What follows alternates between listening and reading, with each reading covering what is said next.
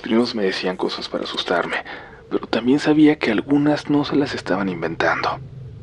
En especial una historia que siempre me dio curiosidad, la de una mujer, una bruja que flotaba en las noches sin luna, con los brazos extendidos, como una virgen, pero que no había nada de sacro en ella, que más bien parecía que flotaba en esa forma, en esa posición, para burlarse de la fe de los que la vieran.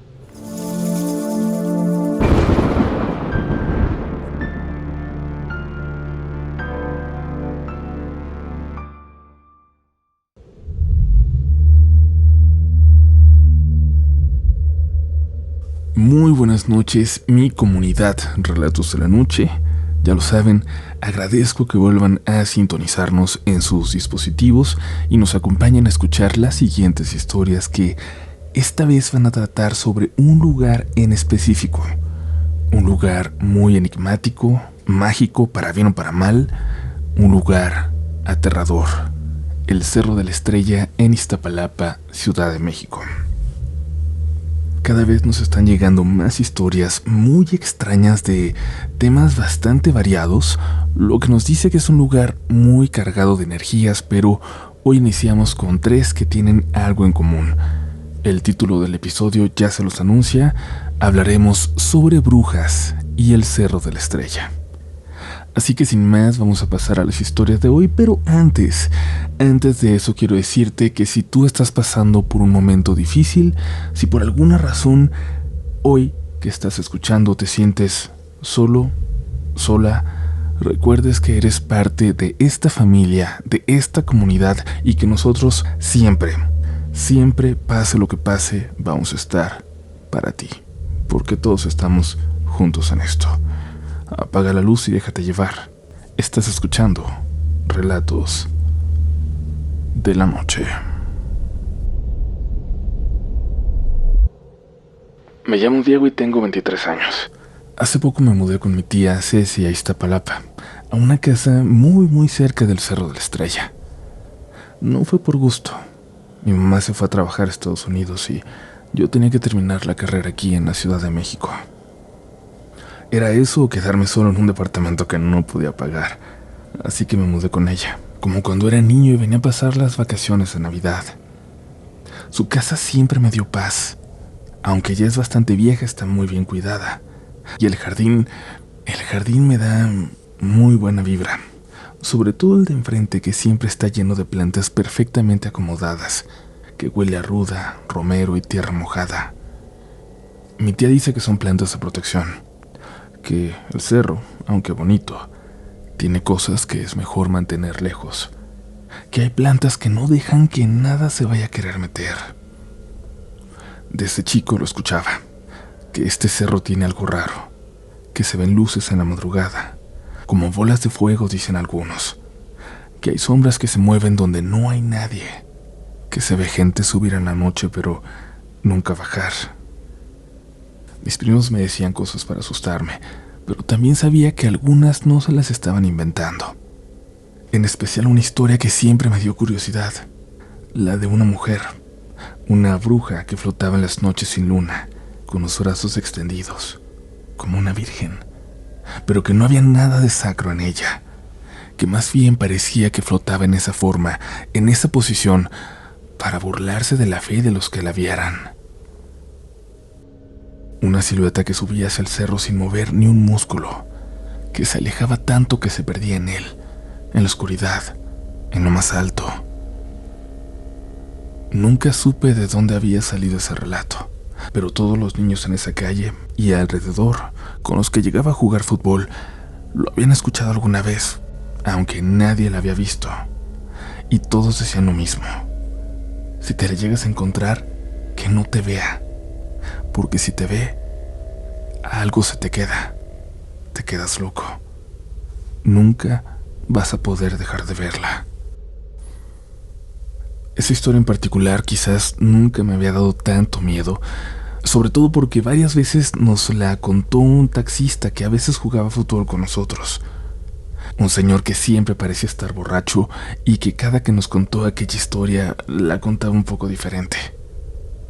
Esa era de las leyendas que yo tomaba solo como eso, quizás, Aunque era muy llamativa y muy interesante, sí parecía más bien una historia de fantasmas para asustar a los niños, hasta que alguien muy, muy cercano a mí, alguien que no tendría por qué mentirme, me contó algo al respecto.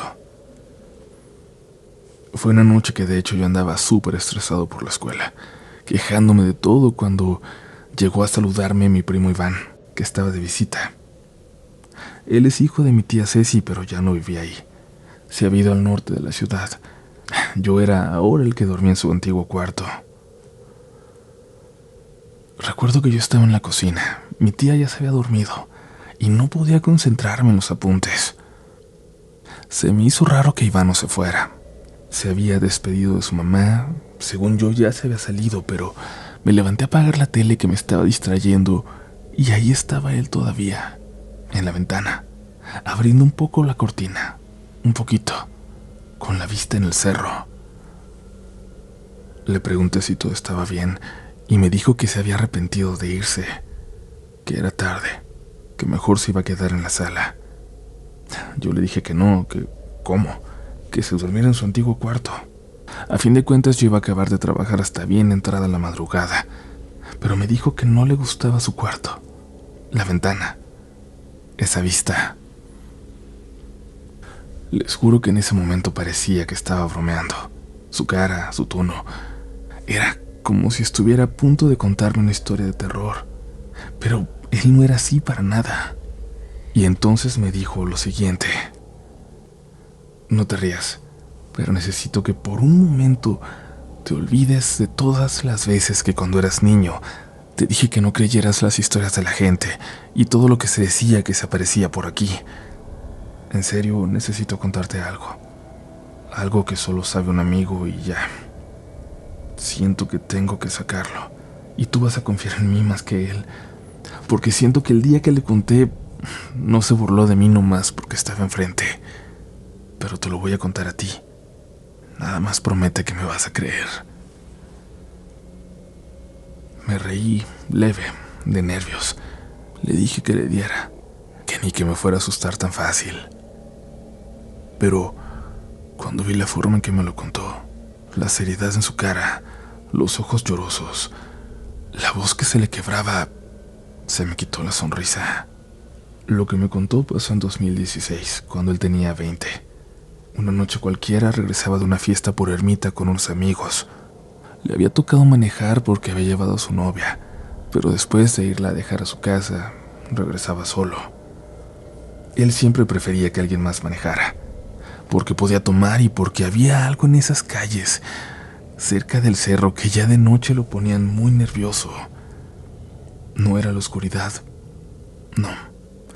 Se refería a esas horas de la noche donde ya no había nadie afuera, donde se sentía completamente solo, donde sentía que lo que fuera que viera, que le pasara, le iba a pasar solo a él. Pero todo iba tranquilo hasta que, ya cerca de la casa, la calle principal por donde siempre sube estaba cerrada. Había 2 patrullas y una ambulancia. Nunca supo qué pasó, pero no podía pasar, así que dio la vuelta para meterse por una calle lateral que sube en paralelo, más cerca del cerro. Un callejón. Nunca me gustó esa calle, me dijo. No por fantasmas ni cosas así, sino porque está muy sola. Tiene casas, pero muchas pareciera que están medio abandonadas. Y está toda mal iluminada, con los postes viejos y cables colgando. Pero ya eran como las 2:30 y yo solo quería llegar a la casa. Contó que iba despacio, con el volumen de la música muy bajo. Las llantas pasaban sobre los baches con algo de trabajo, y entonces, sin aviso, el coche empezó a vibrar como si algo le hubiera caído encima, pero al mismo tiempo como si algo se le hubiera metido entre las llantas. No un golpe, sino como si algo se hubiera aferrado al toldo, como si algo pesara sobre él, y al mismo tiempo como si hubiera atropellado algo. Frenó, se le bajó la sangre. Pensó que se había dañado el coche, o peor, que algo se le había echado encima. Y ahí, cuando mi primo me dijo lo siguiente, la voz se le quebró de una forma que yo no recordaba. como cuando era niño, cuando me contaba cómo le pegaba a su papá. Pasó por encima de mí, Diego. Venía desde la parte de atrás como hacia el cofre. Y cuando pasó justo por arriba de mí la pude ver, bien, bien clarita, sin hacer ningún ruido, sin mover los brazos ni nada, flotando como si alguien la estuviera jalando por hilos. Pero, aunque te diga que es una bruja, no era una bruja como en las películas. Era algo distinto, algo real. Lo único que se le moviera la ropa porque el pelo lo tenía como pegado nomás, como si fuera una fotografía. No sé si tiene sentido, pero así la vi. Me dijo que era una mujer, o algo que parecía una mujer, que tenía el cabello blanco, largo, muy lacio. Vestía con algo negro, como una bata o una túnica sucia, desgastada, que se movía con el viento, pero ella no se movía. Su cuerpo estaba completamente rígido, como si fuera un maniquí flotando, pero con presencia, con algo bien pesado que se sentía alrededor de ella, que lo más horrible eran sus brazos, extendidos a los lados, inmóviles, como si estuviera colgada de los hombros, en una postura de abrazo hacia abajo, pero sin esfuerzo. Te juro, Diego, que no sé si era una bruja o un fantasma o qué. No sé si era algo más. Solo sé que vi que pasó por encima del coche y cuando la vi cruzar, supe que no debía moverme, que tenía que hacer como si yo no existiera. Fue como si todo mi cuerpo me dijera que si hacía un solo ruido, ella me iba a ver. Y yo no quería verla de frente. No quería que se volteara y me quedé mirando a su espalda, su pelo blanco, y esa forma en que subía, lento, hacia el cerro. Me dijo que la vio ascender, como si el cerro la estuviera llamando, que no volaba rápido, no desapareció, solo se alejó poco a poco flotando inmóvil como un muñeco, hasta que se perdió en lo negro de la noche.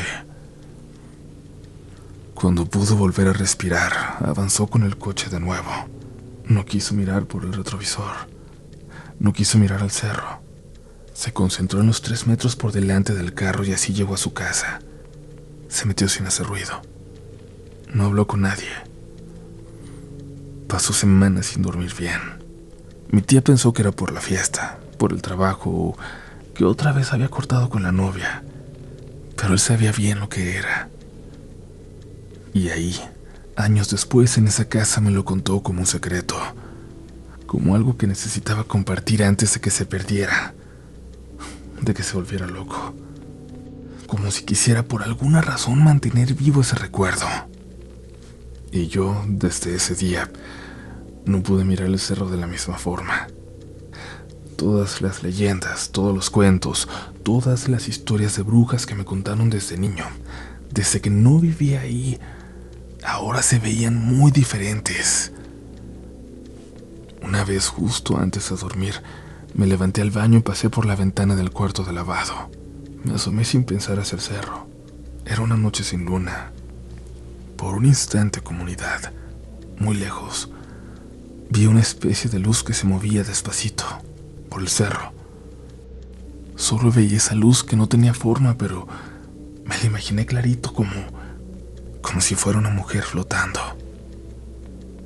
Yo eso sé que fue mi imaginación, pero sé también que ahora esa historia es parte de mi vida, de mis miedos, porque ya vivo aquí y soy parte de esto, como todos los que vivimos al pie del Cerro de la Estrella. Todos, sin falta, tenemos una historia por contar.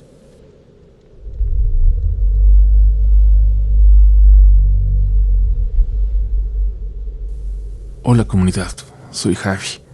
Me da mucho gusto saludarlos por fin con una historia mía. Hace unos años, cuando aún estudiaba en la prepa, vivía con mis papás en Iztapalapa. Solía tomar la línea 8 del metro para ir y venir de la escuela y de mi trabajo en un taller de carpintería. Todo me quedaba muy lejos, pero así era la suerte que me había tocado. Una noche, regresando a casa después de una jornada muy larga, viví una experiencia que aún no puedo explicar. Eran cerca de las 10:30. Abordé el metro en la estación de La Viga. El vagón estaba casi vacío. Tampoco puse mucha atención. Solo recuerdo que me subí al que vi más vacío. Me senté y saqué un libro que llevaba en la mochila, intentando aprovechar el tiempo de viaje. Al llegar a la estación Apatlaco subieron 3 muchachas. No pude evitar que me llamaran la atención y verlas. Eran muy blancas e iban vestidas como menonitas, aunque su cabello no era rubio sino castaño oscuro. Una de ellas llevaba en brazos a un niño pequeño, de no más de 2 años. Se sentaron cerca de mí, y una de ellas, la que no cargaba al niño, me miró y sonrió. ¿Es bueno ese libro?, me preguntó, refiriéndose a un libro de Carlos Fuentes que leía porque tenía que hacerlo para la escuela. Le respondí que apenas lo estaba empezando, pero que era interesante, más de lo que esperaba. Ella sintió sonriendo y me dijo que su papá había sido un ávido lector de ese tipo de libros, pero que ya había muerto. Me dijo que si algún día necesitaba alguno, ella me podía darlos, que ya nadie va a leer en su casa. Por supuesto que no pensé que lo dijera en serio, así que le dije que gracias, que estaría bien. Bájate con nosotras y acompáñanos. Son solo un par de cuadras. Nos acompañas y ya te los llevas tú, me dijo, y algo me pareció muy raro. Por más que ella quisiera que alguien las acompañara, no caminara solas en alguna calle peligrosa, era sumamente raro que invitara a un desconocido de la nada. Le agradecí, pero le dije que tenía que llegar temprano a casa. Ella insistió diciendo que no me tomaría mucho tiempo, que en 10 minutos estaba de vuelta, que un día de estos su mamá iba a tirar todos los libros, que les haría un favor. Su voz era muy suave, casi hipnótica.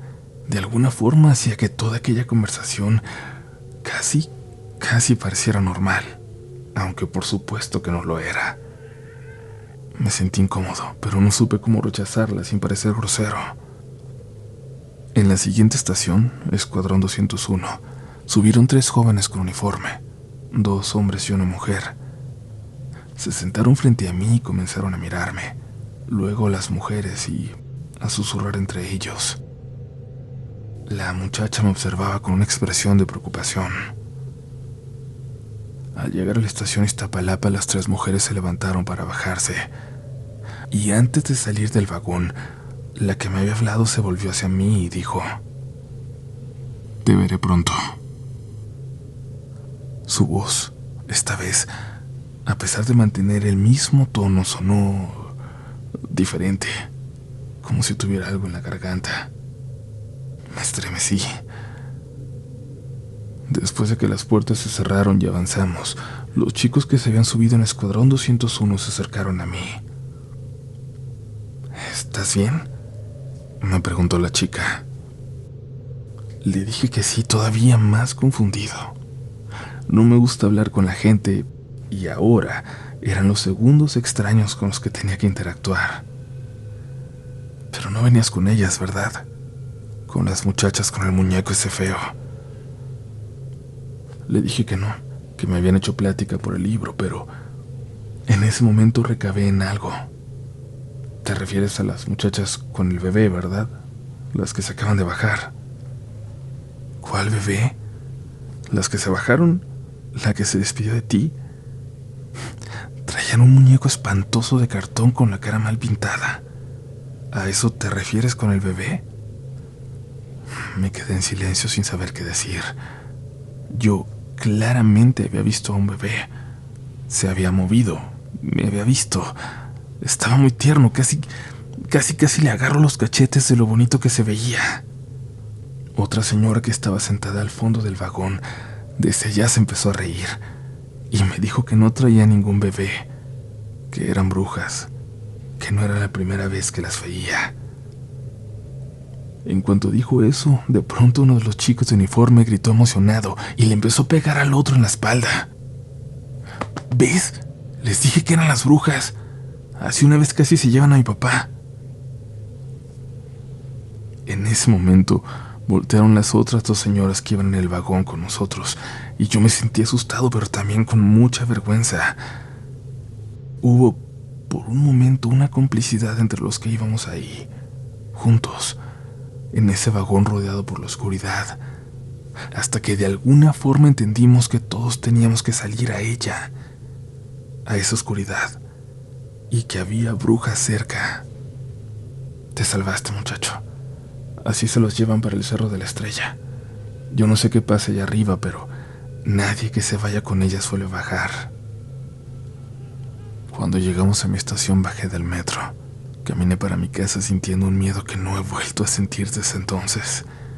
Un miedo que tampoco había sentido antes. Por un lado sentía que me había salvado de algo terrible, que ellas se habían bajado kilómetros antes, que estaban lejos de mí. Pero por el otro, mientras caminaba no podía evitar voltear a esa calle oscura detrás de mí. No podía evitar pensar que alguien me seguía en la oscuridad. No podía evitar imaginar que los perros ladrando a lo lejos les ladraban a ellas, que caminaban por los techos, cerca de mí, esperando una oportunidad para llevarme. Todavía me acuerdo y me sigo asustando como si fuera un niño. No me da pena decir para nada que me dan miedo, que el mayor terror en mi vida son las brujas.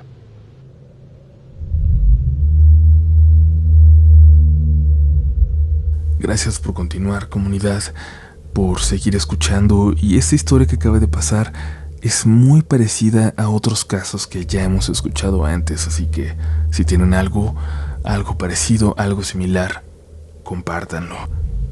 Recuerden que hasta acá solo llegan los fans de verdad. La mayoría de comentarios nos dicen que no toda la gente aguanta un episodio completo de Relatos de la Noche, lo cual es raro porque sé que para nosotros ya es normal y estamos acostumbrados, pero para la gente que va llegando, pues, les parece algo fuerte. Y eso es muy curioso porque ustedes que ya son parte de la comunidad saben que asustar no es el principal objetivo de este proyecto, sino mantener vivas nuestras historias, y es por eso que nos gusta mucho el relato con el que vamos a cerrar el día de hoy. Un gran relato que espero que disfruten, y de nuevo, ya saben, les tengo que recordar que pueden encontrar mi libro en todas las librerías cerca de ustedes, físicamente o en línea. La forma en la que lo han apoyado es una de las cosas más bonitas que nos han regalado, de verdad. Ojalá que pronto haya más sorpresas, porque aunque Relatos de la Noche jamás va a dejar de ser este podcast que ustedes disfrutan ya, también tenemos ganas de intentar cosas distintas, pero no se preocupen, ya saben que todo lo que venga de forma experimental, como el libro, como el cómic, no será aquí, no será cambiando lo que ya les gusta, eso se queda igual para siempre. Cualquier nueva propuesta será en otros formatos y con suerte en otras plataformas, que esperamos que también puedan disfrutar, pero siempre teniendo en cuenta que lo principal es este proyecto, es Relatos de la Noche como un vehículo para contar sus historias. Esperamos que estén pendientes, les amo mucho, continuamos.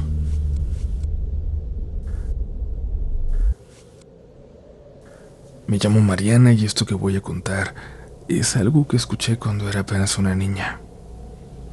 Nunca pensé que fuera tan importante hasta ahora. Nunca pensé que debería contarlo y mucho menos escribirlo para compartirlo. Pero ahora, ellas ya no están. Mi abuela falleció en 2019 y la señora Lupita, su amiga, la protagonista de esta historia, murió el año pasado. Las últimas que sabían este relato ya no están aquí, y siento que si no lo cuento yo, se va a perder para siempre. Era mediados de los 2000. Yo tenía unos 11 años. Vivíamos en Veracruz, en Zihuapan, un pueblo cerca de Catemaco, en una casa grande que había sido de mis abuelos desde siempre. Mi abuela era una mujer muy devota, católica, rezadora, de las que a veces se la pasaba en la iglesia, aunque eso dependía mucho de la vibra que le diera el padre en turno. Pero también tenía algo más, una sensibilidad que las demás mujeres del pueblo le reconocían. Y aunque ella nunca lo admitió bien, todos sabíamos que veía cosas, que podía sentir cosas. Se reunía a orar con otras señoras del pueblo. Eran 5 o 6 y decían que juntas hacían más fuerte la oración.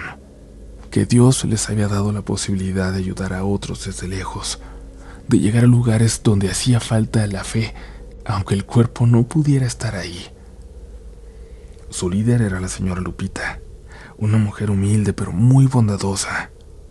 Decía mi abuela que la señora había tenido una casa grande y muchas cosas, muchos lujos, pero un día de pronto lo cedió todo.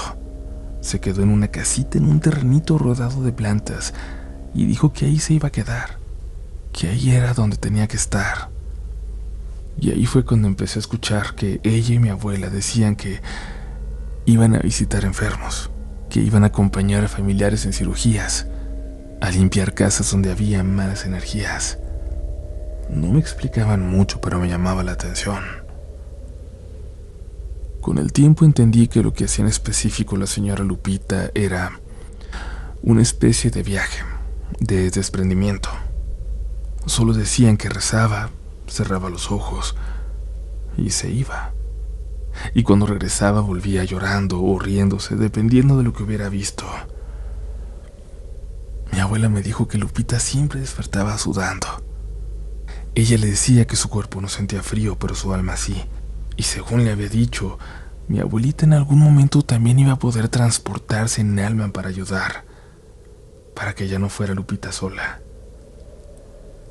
Una noche, recuerdo bien que fue en vacaciones, vino a la casa la señora Lupita con otra de las señoras del grupo de oración, pero no venían solas.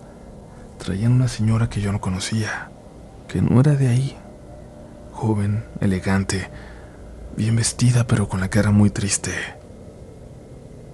Era de Boca del Río, según escuché. Su suegra estaba muy mal, postrada con el cuerpo dañado por dentro, como si se estuviera deshaciendo en vida.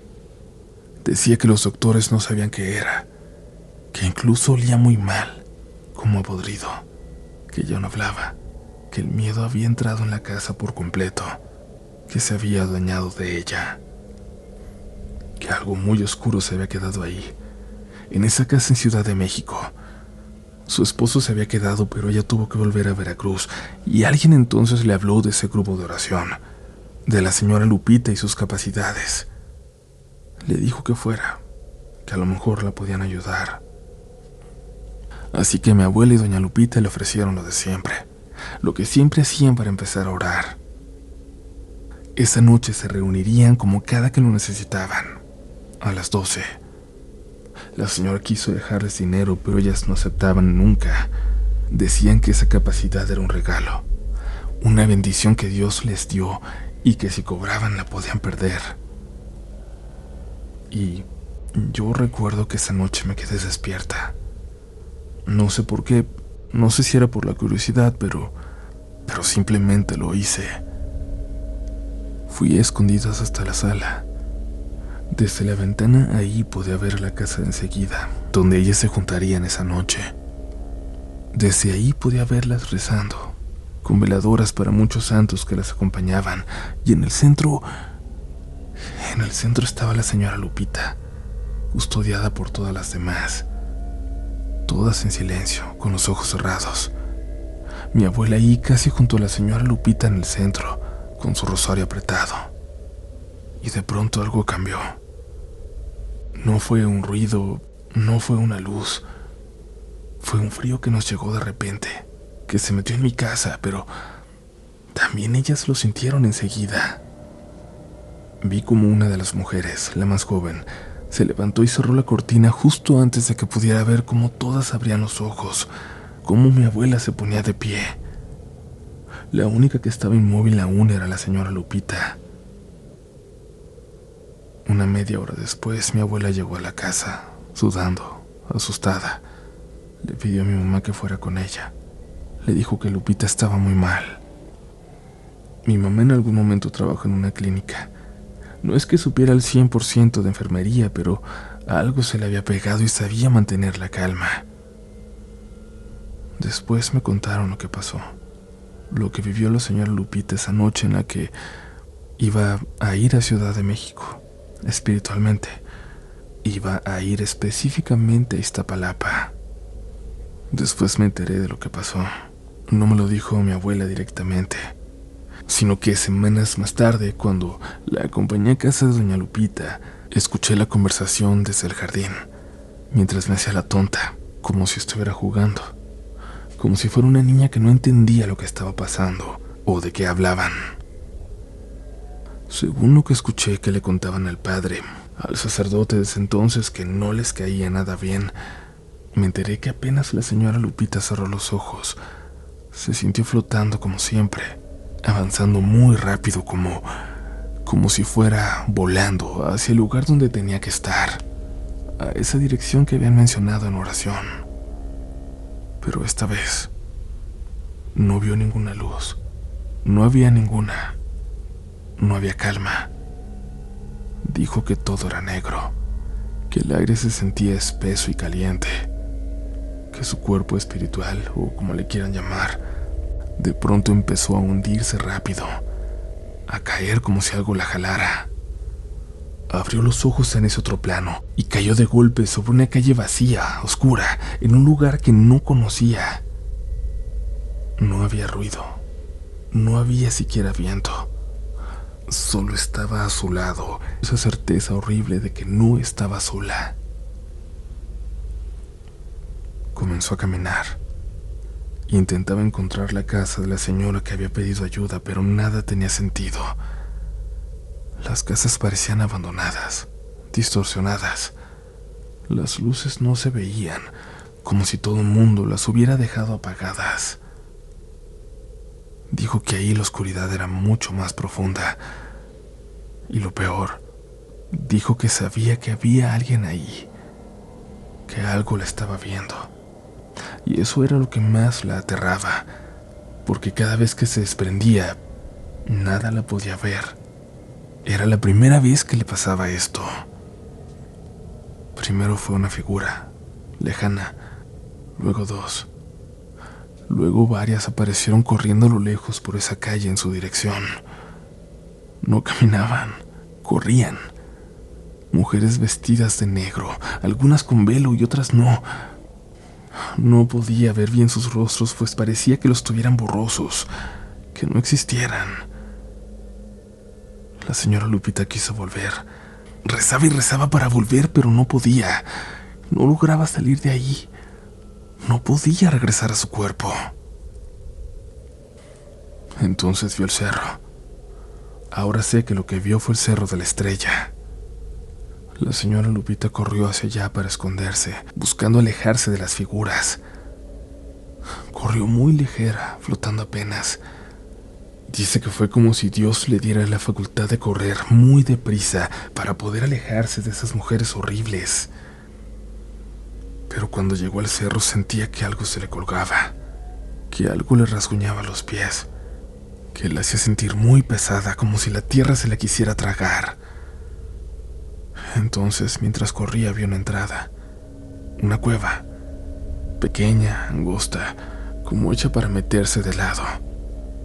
Y así de lado entró sin pensarlo. Se encogió, se hizo bolita y se quedó inmóvil.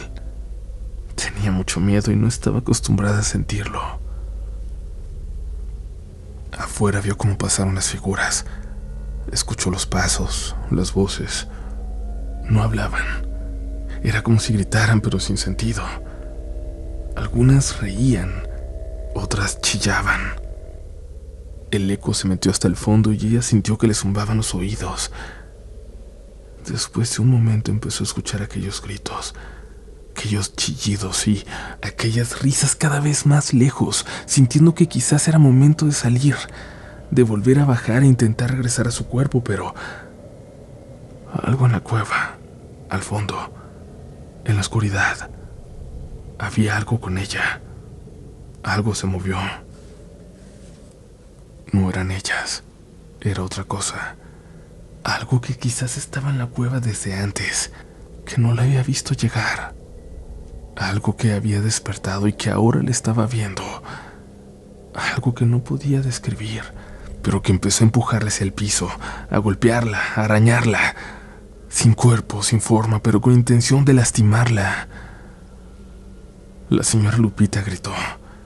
Rezó con todas sus fuerzas.